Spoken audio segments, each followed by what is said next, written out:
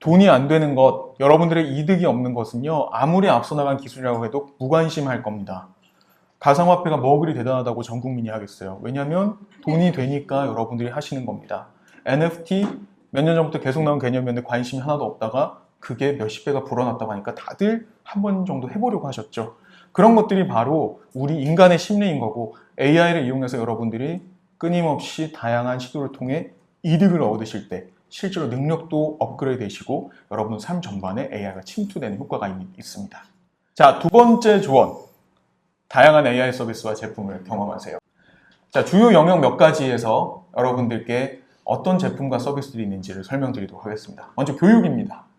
네, 교육 분야는 아무래도 AI가 굉장히 빠르게 적용되고 있는 분야입니다. 특히 사교육은 말할 것도 없이 여기 보시는 리드 같은 영어 교육을 하는 어플리케이션이 기존에 이제 토익 했다 하면은 사실 뭐 파고다나 뭐 해커스나 이런 걸 많이 생각했는데 요즘 젊은 세대들은 거의 다 이 리드를 많이 사용을 하더라고요. 그러니까 뭐 어떤 문제가 틀렸다면 본인에게 개인에게 맞춤형의 문제를 제공하면서 1대1 교사 같은 그런 튜터링 서비스를 제공하고 있습니다.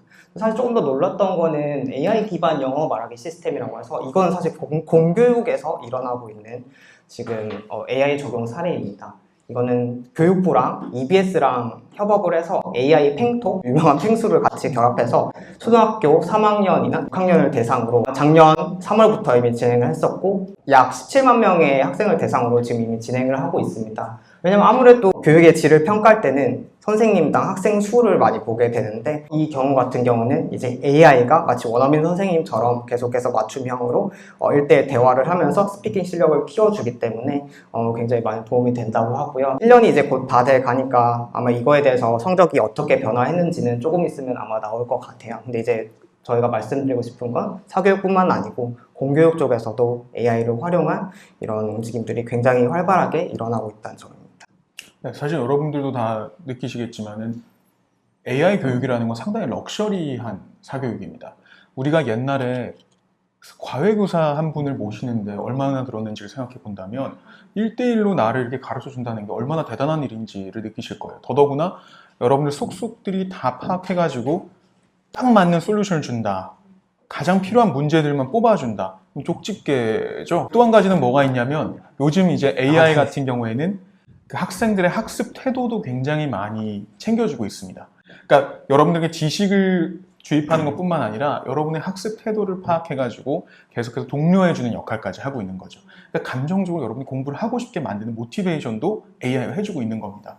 특히 코로나 시국에는요, 홍콩의 한 학교에서는 그냥 전교생이 다 소프트웨어를 노트북에 깔도록 했어요. 이게 뭐였냐면 온라인으로 수업을 하는데 학생들이 집중을 안 할 수가 있잖아요. 그러니까 이 소프트웨어를 이용해가지고 여기에 달린 카메라로 학생의 얼굴을 실시간으로 보는데 애가 우울하거나 힘들거나 졸리거나 이렇게 하면 경고도 하고 또 선생님한테 그 정보를 줘서 수업을 조정할 수 있도록 도와준 겁니다.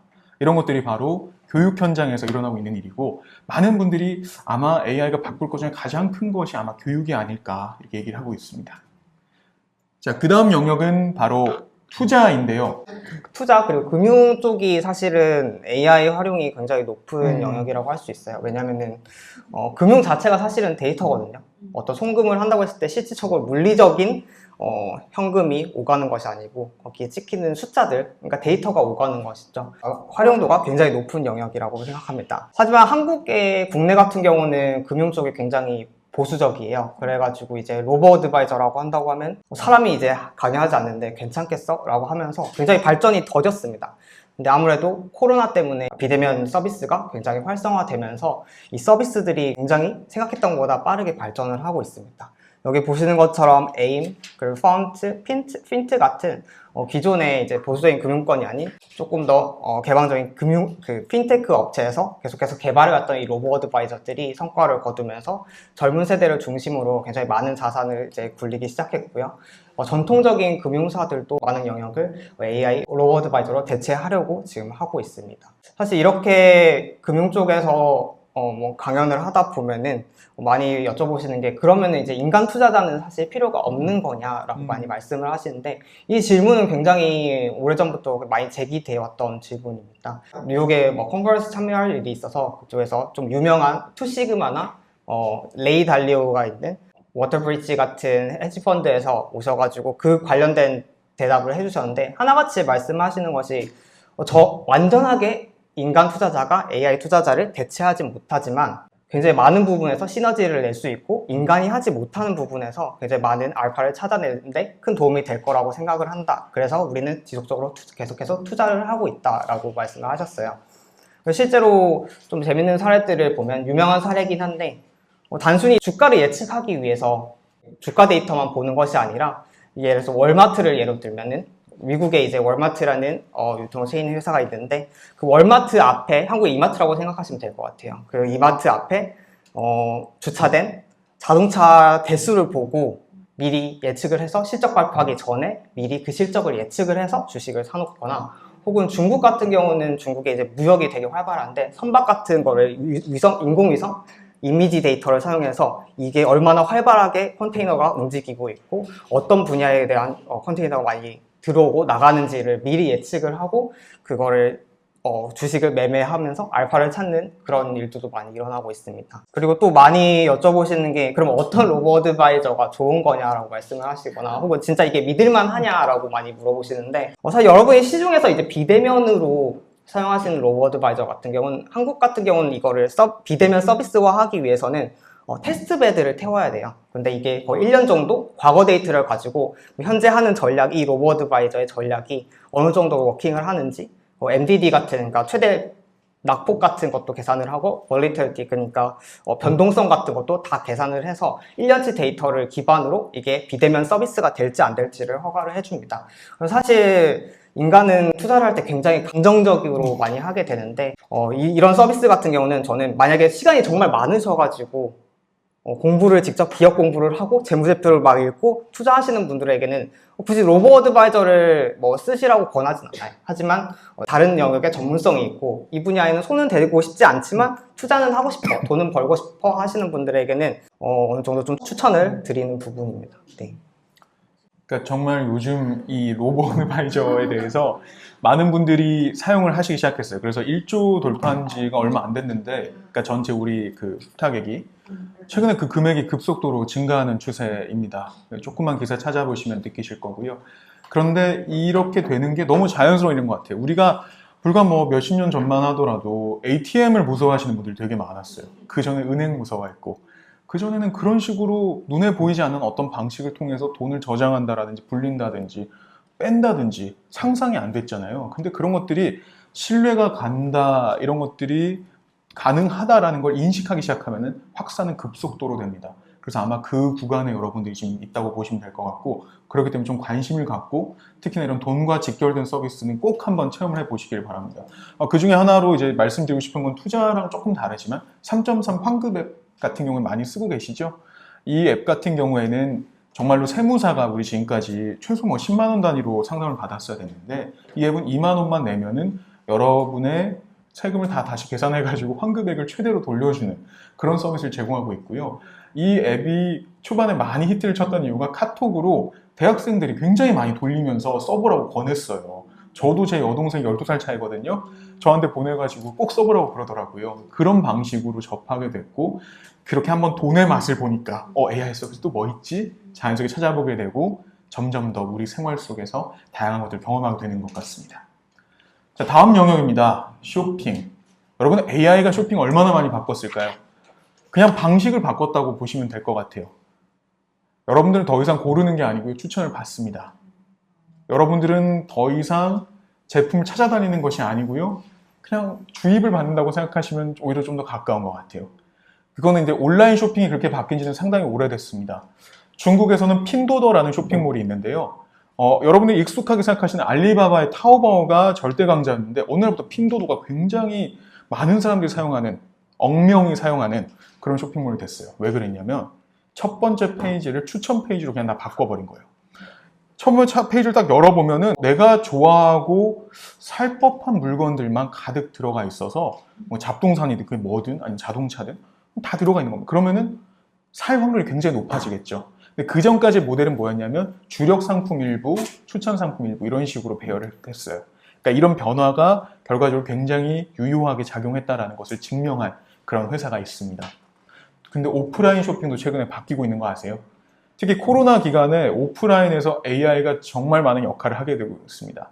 그 미국에서는 지금 아마존의 무인 상품, 무인 판매점들이 굉장히 이 체인점으로 늘어나고 있는데 대표적으로 일어난 변화가 뭐냐면 바로 면적이 넓어지고 있습니다.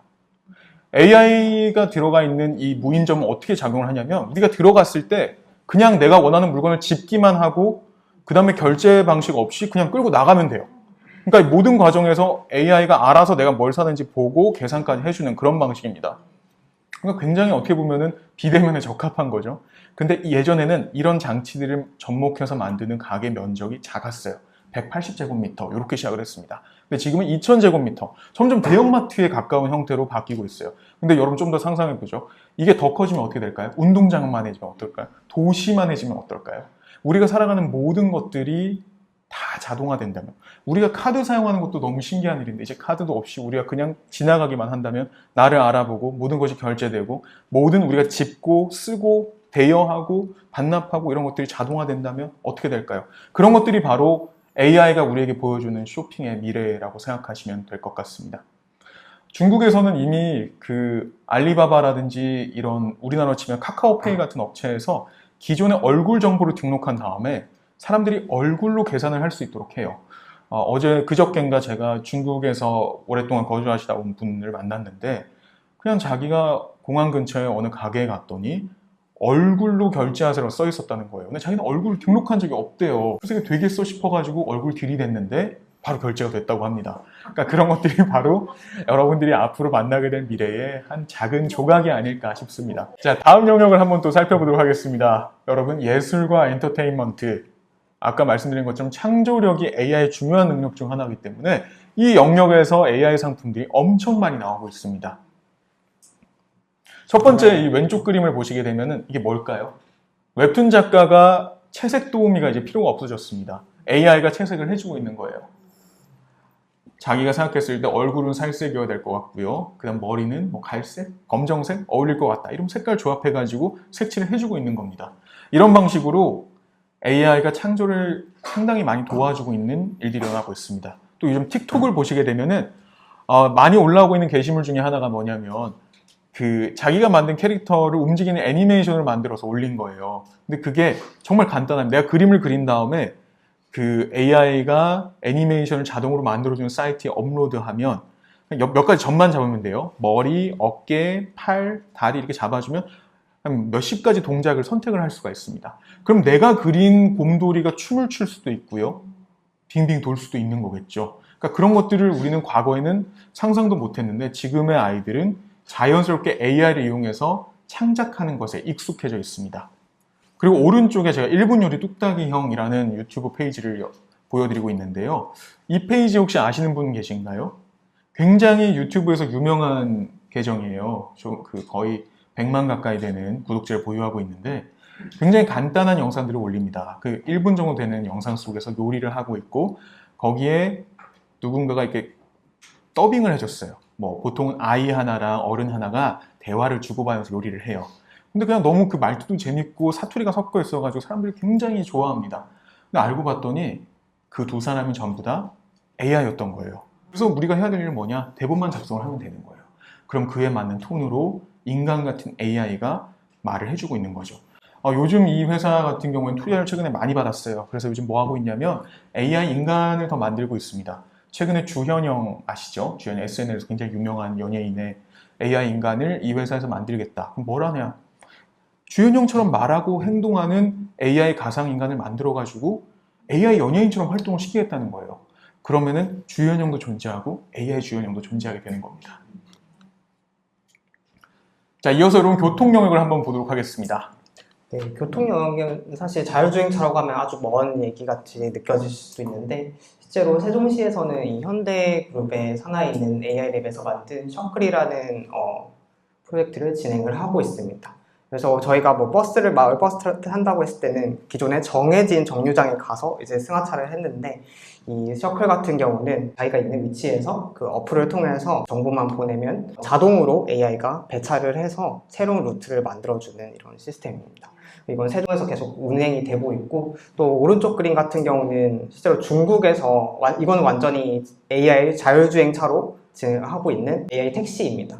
滴滴라고 해서 중국의 우버 같은 그 플랫폼 회사인데, 플랫폼 회사에서 제공을 하고 있는 AI 택시고, 실제로 완전 도심에서 지금 진행되고 있지 않지만 도심 외곽에 있는 곳에 지금 중국에서 스마트 시티로 만들려고 많이 하고 있어요.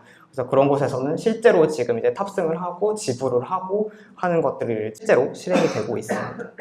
굉장히 재밌는 게 뭐냐면 자율주행차가 우리가 생각했을 때는, 그러니까 뭐 레벨이 여러 가지가 있습니다만 제가 말씀드린 자율주행차는 레벨 3 이상의 진짜로 인간 개입이 거의 없는 알아서 운전하는 차를 말합니다. 이 자율주행차가 진짜 우리 일상생활에서 거의 안 보이잖아요, 솔직히 말하면. 근데 이게 과연 지금 현재 운행하고 있을까 안 하고 있을까 물으면 굉장히 답하기 어려워요. 이거는 기술은 이미 왔는데 논의할 사항이 많아서 상용화 안 된 부분도 상당히 많습니다. 왜냐하면 우리 전 세계 시범지구가 엄청 많고요. 거기서는 자율주행차가 쌩쌩 달리고 있습니다. 우리나라는 없을 것 같지만 있습니다. 상암에도 있고요. 한 7개 정도가 이미 있고, 자율주행차의 스타트업이라든지 기업들이 이미 거기서 자기의 차들을 운전하고 있어요. 그런 걸 보면은 정말 미래는 너무나 가까이 와 있다고 생각하시면 될 것 같고요. 또 이제 아랍에서는 그 일부 국가가 이미 스마트 시티를 완전히 구현하는 프로젝트를 막 몇십조 단위로 진행을 하고 있습니다. 그래서 인공 달도 만들고 인공 구름도 만들고 자율주행차는 기본으로 깔려 있고요. 그러니까 이런 것들을 생각해 본다면 아마 기술은 이미 우리의 상상을 앞서가고 있는 건지도 모르겠다는 생각이 듭니다. 자, 그리고 이 교통에 대해서 한 가지 여러분께 부연 설명드리고 싶은 게 있습니다. 제가 오늘 이 AI 소사이티 세 가지 말씀드릴 때에 공간이 넓어진다고 했잖아요. 근데 교통 덕분에 우리 공간이 더 추가로 넓어졌다라고 생각이 들지 않으십니까? 지난해 정말 많이 나왔던 특허가 뭐가 있었냐면, 현대차 같은 경우에는 이 운전대를 접어서 수납할 수 있는 폴더블 핸들을 특허를 냈습니다.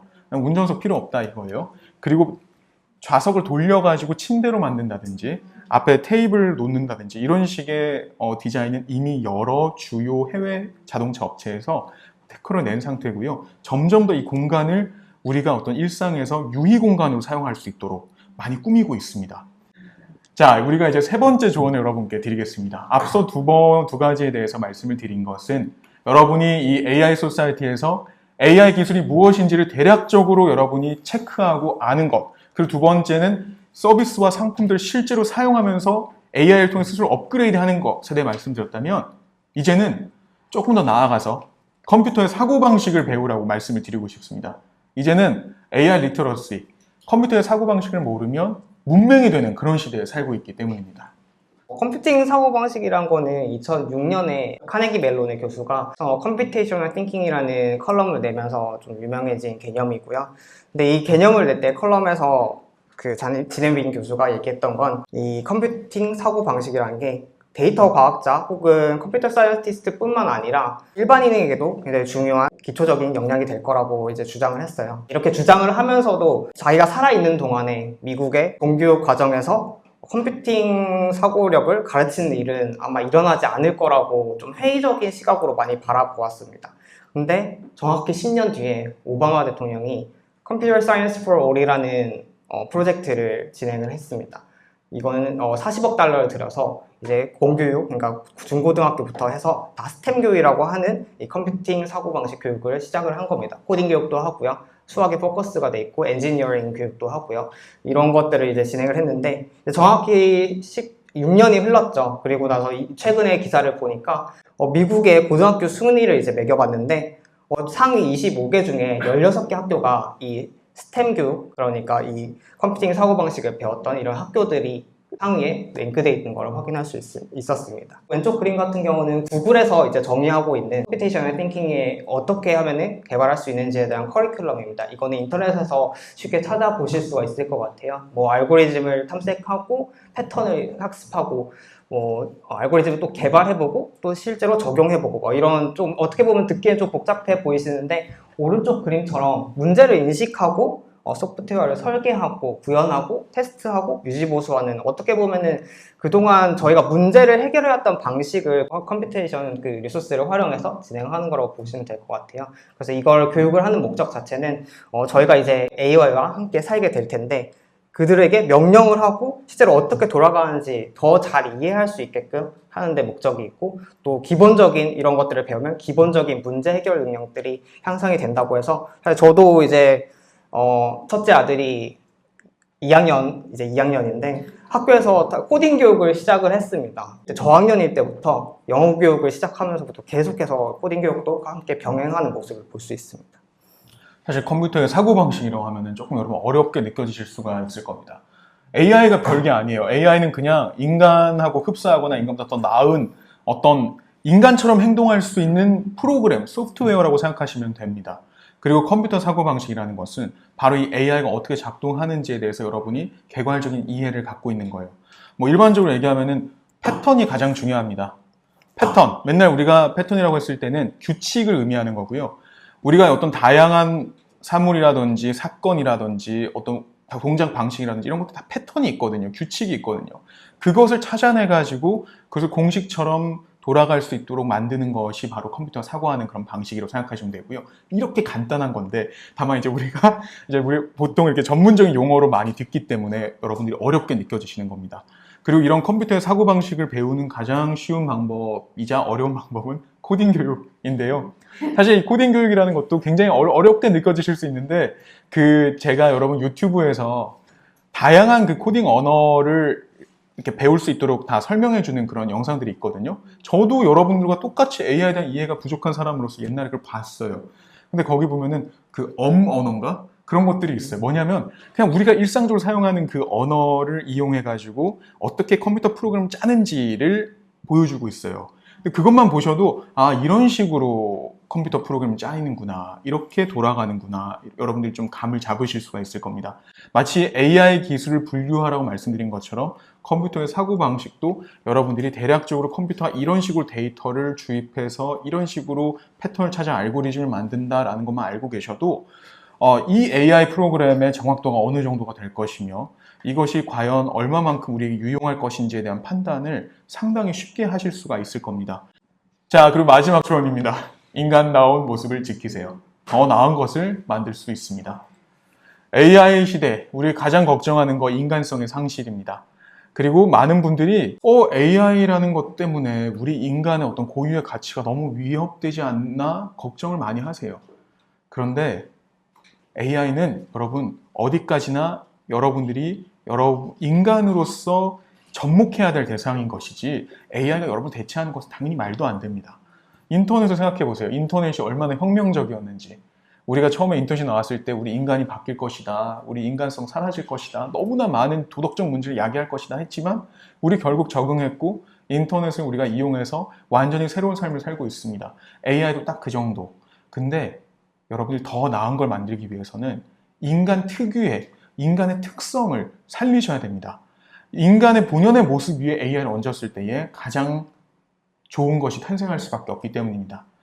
그래서 세 가지를 여러분들께 꼭 말씀을 드리는데 첫 번째 창의력. 너무 당연하죠?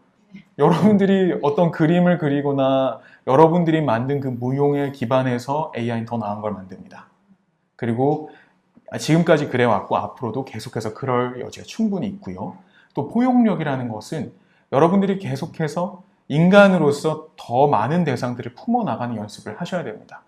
AI 소사이어티에서 처음에 말씀드린 것처럼 우리는 어쩌다 보니 아주 예상치 못하게 가상인간, 기계 이런 친구들을 동등하게 대접해야 되는 상황에 봉착을 했습니다. 이런 친구들을 최대한 여러분이 포용하고 여러분들이 함께 협업할 준비를 하셔야 여러분들이 AI 소사이어티의 경쟁력을 확실하게 갖추실 수가 있습니다. 또 기계랑 가상인간이랑 어떻게 협업하는지에 대해서 기본적인 상식과 어떤 그 잣대를 가지고 있을 때에만이 여러분들이 AI 소사이어티에서 이들을 이용해서 무언가 창작도 하고요, 일도 하고요, 서비스도 만들고 그렇게 할 수가 있는 겁니다. 마지막으로 이제 공감력에 관한 건데요. 사실 우리 인간 사회가 이만큼 온 건 전부 공감 때문이라고 다들 얘기를 합니다. 뭐냐면 상대방이 아프면 나도 마음이 불편한 거예요. 이렇게 누가 이렇게 엄청 어려운 일을 당했을 때에는 나도 공감하기 때문에 그 문제를 함께 해결하려고 하고 여러 사람에서 그 공명에 의해서 무언가를 함께 했기 때문에 오늘날 인간 사회가 만들어졌듯이 AI 소사이티에서 여러분 엄청나게 많은 문제가 앞으로 계속 벌어질 겁니다. 인터넷 사회에서 우리가 음란물이라든지 각종 그 소셜미디어가 너무 발달하면서 일어나는 정신적 피폐라든지 이런 것들을 우리가 해결했듯이 AI 소사이티에서 서로에 대해서 공감을 하고 AI로서 피해를 입는 사람들에 대해서 관심을 갖고 함께 이 사회를 만들어가는 것이 너무나 필요한 거죠. 결국에는 창의력, 포용력, 공감력 이 세 가지가 인간에게 계속해서 유지되고 중요한 가치로 인식이 될 때에 AI 소사이티는 안전하면서 더 나은 것들을 끊임없이 만들어 나가는 사회가 될 거라고 생각을 합니다. 자, 이렇게 여러분들에게 AI 소사의 승자가 되는 방법 4가지를 말씀을 드렸습니다. 아주 간단하죠. 첫 번째, 여러분들이 계속해서 그 AI를 사용하고 체험을 하면서 계속해서 자신을 업그레이드 시키셔야 되고요. 또 AI 소사이티에서 여러분들이 지금까지 해오신 대로 인간성을 계속해서 지켜나가셔야 됩니다. 말 그대로 AI 소사이티는 여러분들에게 더 넓은 세상, 그리고 더 많은 대상과 협업할 수 있는 세상, 그리고 더 많이 연결돼가지고 너무나 많은 기회를 주고 있는 세상입니다. 그래서 여러분들이 저희가 드린 4가지 제언을 실생활에서 한번 적용해 보셔가지고 꼭 승자가 되시길, 또 각 세대, 각 영역에서 여러분의 역할을 꼭 찾으셨으면 하는 바람입니다. 관련해서 학회를 가다 보면 사실 가장 화두가 이 문제여가지고 관련된 질문을 굉장히 많이 해주세요. 그럼 법적으로 이게 보호가 되는 거냐부터 해서 지금 많은 논의가 진행 중인데 실제로 법적인 부분은 지금 계속해서 디벨로핑 중이라고 합니다. 그래서 사실 요즘 변호사분들이 이 문제 때문에 굉장히 회의도 많이 다니시고 하신다고 들었고 어떤 직업을 완전하게 대체하지는 못할 것 같아요. 하지만 왜 그럼 이렇게 핫해졌냐를 좀 생각해 봐야 될 것 같은데 아무래도 기업 입장에서는 일단 리스크가 적습니다. 아무래도 연예인을 사용하다 보면은 실제로 생활함에 있어서 어떤 이슈들이 발생하는데 이제 그런 리스크가 없고 굉장히 충성적으로 자기가 원하는 기업의 입맛에 맞춰서 사실 만들 수가 있어요. 그리고 또 하나 아셔야 될 거는 그분들이 이제 전문가들이 많이 말씀하시는 게 이 가상인간, 로지 같은 가상인간은 이제 성공한 케이스고 사실 엄청나게 많은 가상인간이 태어나고 사라지고 있습니다. 근데 이제 진짜로 이렇게 성공을 하기 위해서는 진짜 연예인처럼 관리를 해야 된다고 해요. 계속해서 SNS도 계속 누군가 올려줘야 되고 물론 그 모델은 AI라서 24시간 일을 할 수는 있지만 그 백엔드에서는 정말 많은 사람들이 붙어서 이 가상인간을 성공시키기 위해서 굉장히 많은 노력을 하고 있다고 보시면 될 것 같아요. 그래서 뭐 똑같이 이제 연예인을 키우는 것과 비슷하기 때문에 이제 많은 그 리소스가 들어가기 때문에 완전히 대체할 수는 없지만 그래도 어떤 큰 영역으로는 자리 잡지 않을까라고 생각을 하고 있습니다. 저도 아까 주신 질문에 말씀을 좀 드리자면 대체하지는 않을 것이지만 매우 중요한 영역으로 자리 잡는 것은 거의 확실합니다.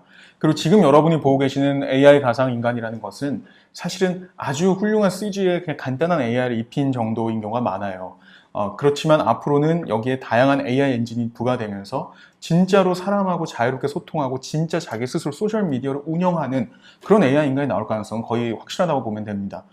그렇기 때문에 이들이 지금보다 영향력이 확대되고 더 적은 사람이 이 친구들을 서포트하면 될 거고요. 그러니까 적은 비용으로 많은 이익을 창출하는 그런 새로운 카테고리가 될 것입니다. 그런데 여러분 이제 이것도 꼭 생각을 해보셔야 되는 게 예전에 사진이 개발이 됐을 때 우리가 그때 굉장히 많이 얘기했던 게 이제는 리얼리즘은 사라질 거야. 그림은 더 이상 의미가 없어. 왜냐면 뭐 사진이 완벽하게 똑같이 찍어내는데 그림이라는 게 뭔 의미가 있겠어. 이렇게 얘기를 했는데 결과적으로 그림은 살아남았죠. 그리고 우리는 그림에서 무엇을 보냐면 인간의 그 독특한 시각과 인간의 결함을 통해서 아름다움을 느낍니다.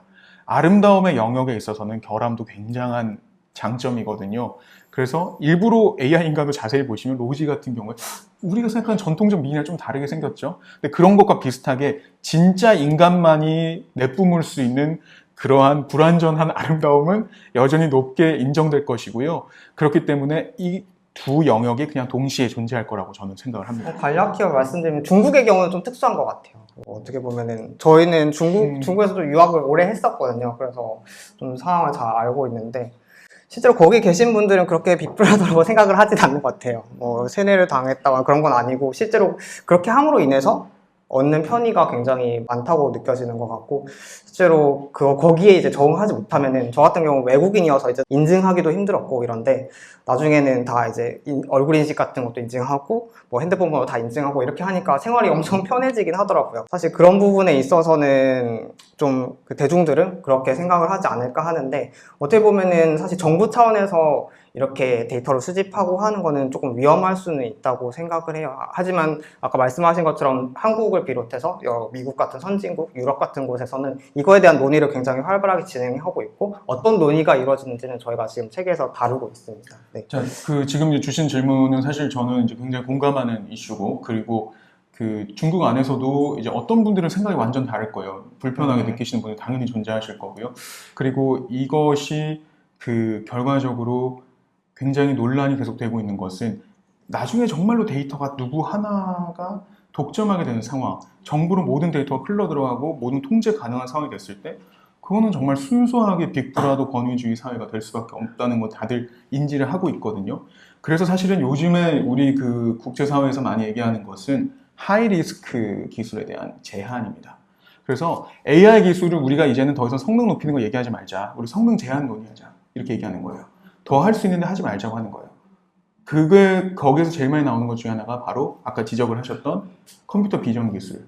실제로 IBM이랑 뭐 아마존이라든지 이런 회사들이 2020년에 우리가 지금 현재 이미지 인식이 너무 위험하다고 판단이 돼가지고 당분간 서비스하지 않겠다라고 밝힌 적이 있어요. 아마존 이후로 처리하고 다시 서비스를 하고 있습니다만은, 이런 식으로 과연 우리가 이걸 어디까지 허용할 것인가는 정말 사회적 합의가 엄청 많이 있어야 됩니다. 그래서 말씀해 주신 그 지적 그대로 앞으로 그 이슈가 계속해서 우리끼리 논의가 될 거예요. 편의야 당연히 크겠죠. 범죄가 줄어들 것이고 우리가 소비하는 게 훨씬 편리해질 것이고 사람과 사람이 더 잘 연결될 것인데, 근데 우리 그러면 자유 잃는 거 아니야? 자유 잃을 수 있는데 하지 말자. 이런 얘기 나올 수 있습니다. 그 부분에 대해서는 아마 이제 이미 다양한 AI 공정성이라든지 AI 윤리에서 연구되고 있으니까 한번 꾸준히 좀 지켜봐 주시고 이런 논의에 참여해 주시는 것도 너무너무 중요합니다. 네. 일단 회사마다 일단 당연히 정책이 다를 거예요. 근데 구글 같은 경우는 그래도 개인 동의를 거쳐서 사실은 그렇게 하는 걸로 알고 있거든요. 마케팅 같은 경우도 저희가 예를 들어서 뭐 쿠팡에서 계란을 쇼핑하게 봤다가 담아놨다가 이제 잠시 잊고 나와가지고 다른 서칭을 하다가 보면은 어느새 계란이 또 떠있는 그런 추천 시스템을 발견할 수 있는데, 그러면 이거는 내가 구글에서 이용한 것뿐만 아니고 쿠팡에서 이용한 내역까지 다 수집을 해가지고 구글에서 그걸 광고 마케팅용으로 활용한 거다. 근데 사실 실제로 이렇게 되고 있는데, 이것들을 규제하려는 움직임이 사실 한 2년 전부터 계속되고 있고, 애플에서는 이제 그걸 막으려고 개인 동의를 완전히 거치지 않으면은 그런 걸 수집하지 못하도록 해서 사실 마케터들이 난리가 났거든요. 이거를 실제로 원래는 그런 데이터들을 기반으로 더 정확한 마케팅을 할 수 있었는데, 제 마케팅 효율이 조금씩 떨어지게 되는 거죠. 데이터를 보지 못하게 되니까. 구글 같은 경우도 이제 올해부터 그런 정책을 실행하는 걸로 알고 있고요. 그래서 이런 것들은 점점 더 규제가 될 거라고 생각을 해요. 근데 본인이 이제 아마도 이제 좀 더 세분화돼서 사진 같은 거를 만약에 그렇게 추천해 주셨을 때 좀 섬뜩하다고 하셨는데, 오히려 반대로 이런 것들을 대신 해줄 수 있는 기능을 선호하시는 분들도, 유저들도 있을 거란 말이죠. 그러면 유저들 같은 경우는 이제 그런 정보에, 그런 기능에 정보 동의를 하면은 그런 식으로 추천을 해준다던가 하는 거를 할 수 있을 것 같고, 뭐, 개인적인 그냥 로컬 디바이스에서 추천해주는 것 같은 경우는 사실 개인정보 관련해서 그렇게 큰 문제가 되지는 않을 거라고 생각을 해요. 한 가지 이제 부연 설명을 드리면은, 사실 우리가 정보를 제공을 하고 있는 게 한 두 가지 정도인데, 하나는 우리가 이제 개인정보를 그대로 전송하는 경우가 있고, 우리 개인정보를 이제 지워서 특정성을 사라진 상태로 데이터만 전송하는 경우가 있어요. 이제 그렇게 했을 때가 제일 많이 사용되는 금융권에서 많이들 그렇게 하고 있고요. 그런 경우는 내 개인정보가 유출되지 않는데 그냥 집단의 데이터를 그렇게 모아가지고 서비스를 제공하는 거니까 어떤 부분에서는 우리가 우려하는 만큼의 위험은 없는 건 맞습니다. 그럼 또 한 가지는 이제 개인정보를 그대로 나가는 경우인데, 이것 때문에 제가 아까 말씀 컴퓨팅 사고 방식을 이해해야 된다, 어떻게 AI가 돌아가는지 알아야 된다고 말씀드린 게 바로 이 부분이고요.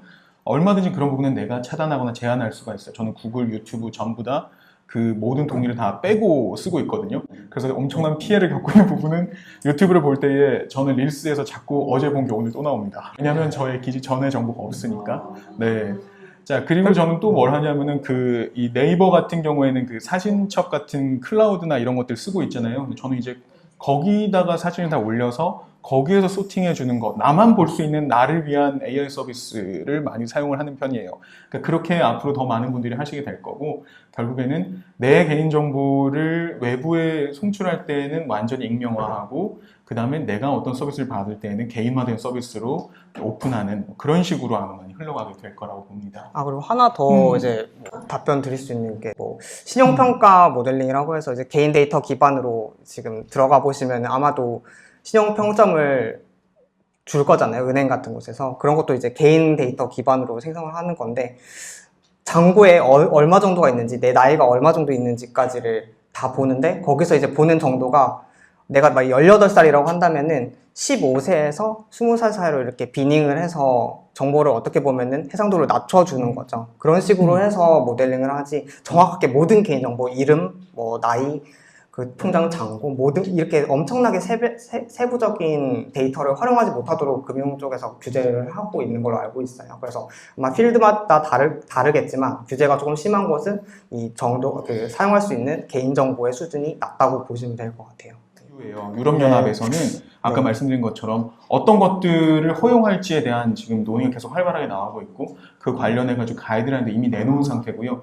조금 의아하시겠지만 중국에서도 이미 그거 관련해가지고 지난해인가 그 AI 윤리 원칙에 대해서 내놓은 바가 있고, 구글이라든지 뭐 이런 메타라든지 이런 기업들은 자체적으로 향후 규제를 피하기 위해서라도 스스로 계속해서 규제안 같은 것을 제안하고 있는 상황입니다.